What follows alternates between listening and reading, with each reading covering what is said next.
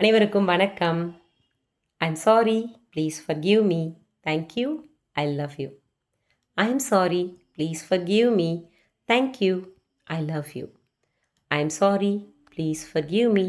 Thank you, I love you. நிறைய பேர் scroll பண்ண ஆரம்பிச்சிருப்பீங்க.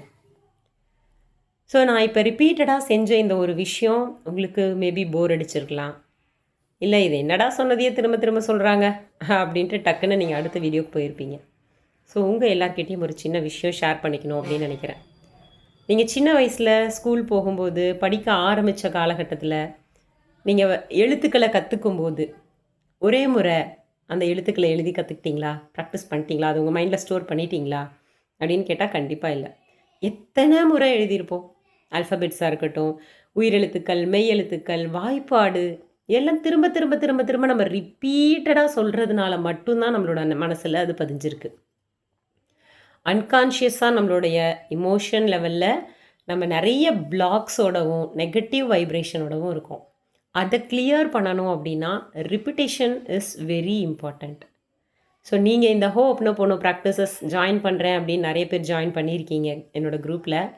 பட் ஒரு சிலர் ஜூம் லிங்க் மூலமாக உள்ளே வருவீங்க, பார்ப்பீங்க. நான் அங்கே I'm sorry, please forgive me, thank you, I love யூன்னு ரிப்பீட்டடாக சொல்லிகிட்டே இருப்பேன்.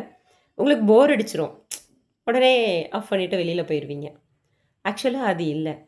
நம்ம இந்த ரிப்பீட்டேஷன் பண்ண பண்ண உங்களோட இமோஷன்ஸ் இன்னும் நல்லா கிளியர் ஆகுது. உங்களுடைய கிளாரிட்டி இன்னும் நல்லா கிடைக்கும் உங்களுக்கு. உங்களோட கோல்ஸை நோக்கின உங்களுடைய பயணம் ரொம்ப எளிதாக அமையும். அதுக்காக தான் இந்த ரிப்பீட்டேஷன்ஸ். ஸோ நீங்கள் எந்த விஷயம் செய்கிறதுனாலும் ரிப்பீட்டடாக செய்யும்போது அதனுடைய பவர் நீங்கள் எத்தனை முறை செய்கிறீங்களோ அத்தனை மடங்கு இன்க்ரீஸ் ஆகுது. ஓகே, ஸோ நீங்கள் இனி இந்த ப்ராக்டிசஸ் எல்லாமே ரிப்பிட்டேஷன் மோடில் போட்டு பண்ணிகிட்டே இருங்க.